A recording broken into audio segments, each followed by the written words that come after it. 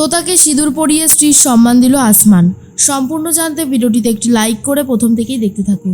গল্পের শুরুতেই দেখা যায় যে আসমান আর তোতার বিয়ে তো শুরু হয়ে গেছে, আর সবাই মিলে খুব হইহুল্লোড় করছে আর বলে, আসমান আরে চোখটা তুলে তাকা, তোতা তো তাকিয়েই রয়েছে, আর তোতা ভালো করে তাকাও। এটা নিয়ে বেশ সবাই মিলে হাসি ঠাট্টা করছে। আর তখনই তুলি বলে, এই যে তোতা রানী, অনেক দিন থেকেই তো দাদাভাইকে দেখছো, এবারে না হয় একটু ভালোভাবে দেখো, শুভদৃষ্টি বলে কথা। তখনই তোতা আস্তে আস্তে করে তাকিয়েছে আসমানের দিকে, আর এটা নিয়ে বেশ সবাই মিলে হইহুল্লোড় করে, মালা বদল হচ্ছে। এরপরে তখনই তুলি বলে, দেখতে দেখতে দাদা ভাইয়ের বিয়েটাও হয়ে যাচ্ছে, কত মজা হচ্ছে তাই না বাবা? তখনই আসমানের বাবা বলে, একদম ঠিক বলেছিস মা, আজকে আমার সত্যি খুব আনন্দের দিন। এর মধ্যেই কোজাগরি বলে, আমারও আনন্দের দিন জানেন তো দাদা, তবে আজকে যদি মেয়েটাকে আমার বাড়ি থেকে বিয়ে দিতে পারতাম অনেক বেশি ভালো লাগতো।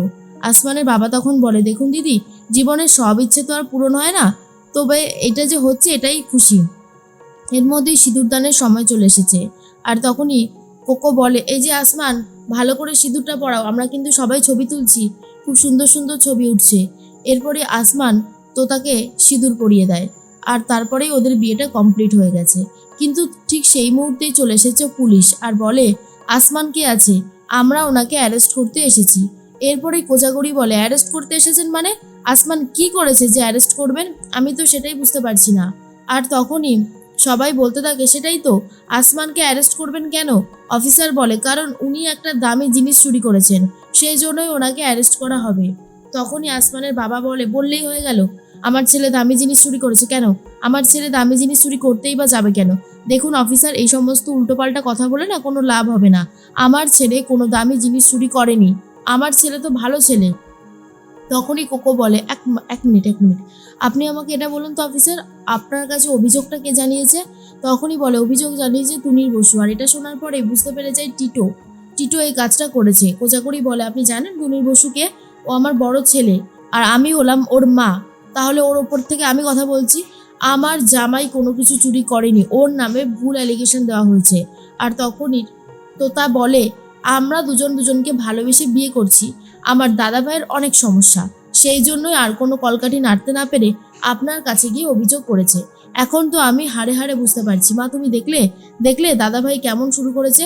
কোজাগরি বলে, উফ তোতা, এখন কি মাথা গরম করার সময়? দাঁড়াও, দেখুন অফিসার, আমি বলছি আমার জামাই কোনো কিছু চুরি করেনি, ওকে ফালতু ফালতু অ্যারেস্ট করে নিয়ে যাবে না, দেখছিনি তো এটা একটা বিয়ে বাড়ি। তখনই আসমানের মা বলে, এই আসমান, কি চুরি করেছিস সত্যি করে বলতো? আসমান তখন বলে, দামি জিনিস চুরি করেছি তোতাই হলো ওদের কাছে সব থেকে দামি জিনিস, অবশ্যই আমার কাছেও। তখনই অফিসার বলে, বিয়ের পিঁড়ি থেকে উঠে পড়ুন, আপনাকে এবারে জেলেতে যেতে হবে। তখনই আসমানের বাবা বলে, আপনি মিথ্যে মিথ্যে অ্যালিগেশন আনছেন আর আমার ছেলেকে এরকমভাবে হ্যারাস করছেন, এটা কিন্তু মোটেও ঠিক করছেন না, এই কাজটা কিন্তু আপনি ভুল করছেন অফিসার। অফিসার বলে, আমরা কি করব আর কি করব না সেটা নিশ্চয়ই আপনি বলে দেবেন না, তাহলে এই সমস্ত আবহাওয়া কথা বলা বন্ধ করুন। তখনই তোতার বাবা মনে মনে ভাবতে থাকে, এতক্ষণে হয়তো বিয়েটা হয়েও গেছে, কিন্তু টিটো আর টিনটিন ভাবে অফিসার হয়তো গিয়ে বিয়েটা আটকে দিয়েছে, কিন্তু ফাইনালি বিয়েটা হয়ে তো গেছে। এরপরেই শুরু হয়ে গেছে যত ঝামেলা।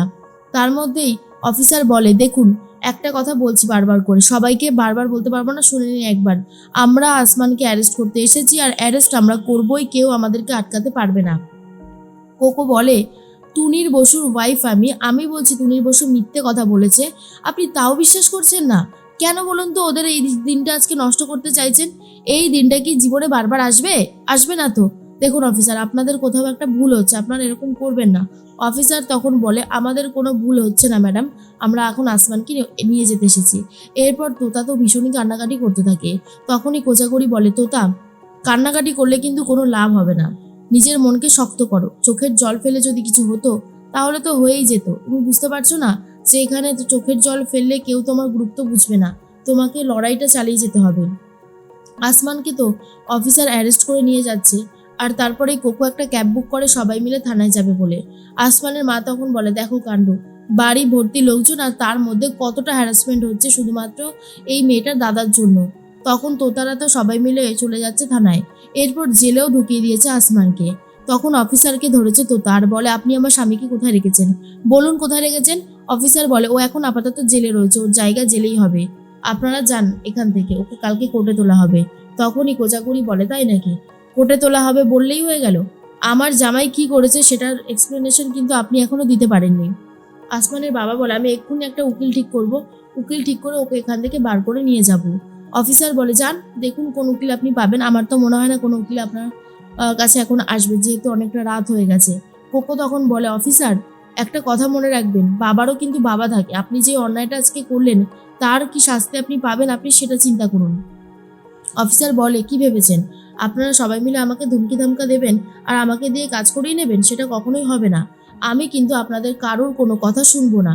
একটা কথা জেনে রাখুন, আপনারা কিন্তু সাধারণ মানুষ, ঠিক আছে? আর আমি কিন্তু পুলিশ, আমার হাতে সেই ক্ষমতাটা আছে আপনাদেরকে থামিয়ে দেওয়ার। তো আর এই যে মেয়েটা, এত সুন্দর একটা মেয়ে, এত ভালো একটা পড়াশোনা করেছে, স্কলারশিপ পাইয়েছে, আর এই মেয়েটার সাথে এই ছেলেটার বিয়ে হয় কি করে?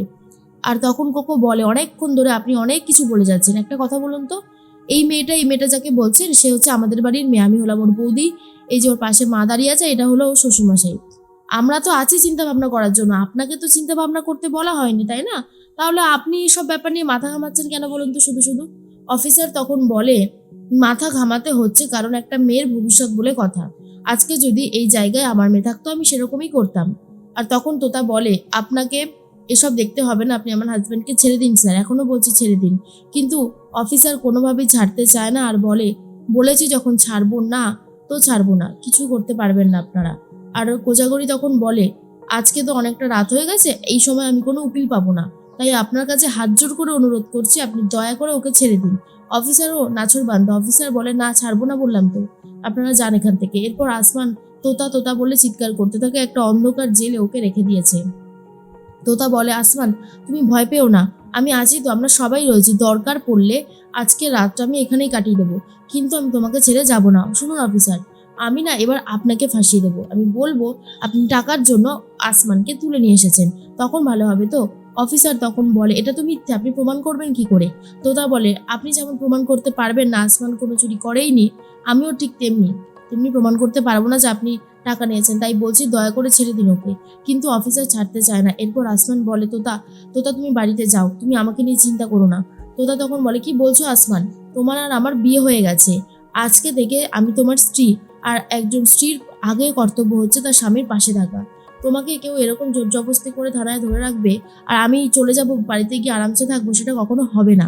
আমি দেখোই না এই অফিসারের কি ব্যবস্থা করি, ইনি এইরকম ভাবে তোমাকে তুলে নিয়ে এসেছো তো, এর শাস্তি ও পাবেই।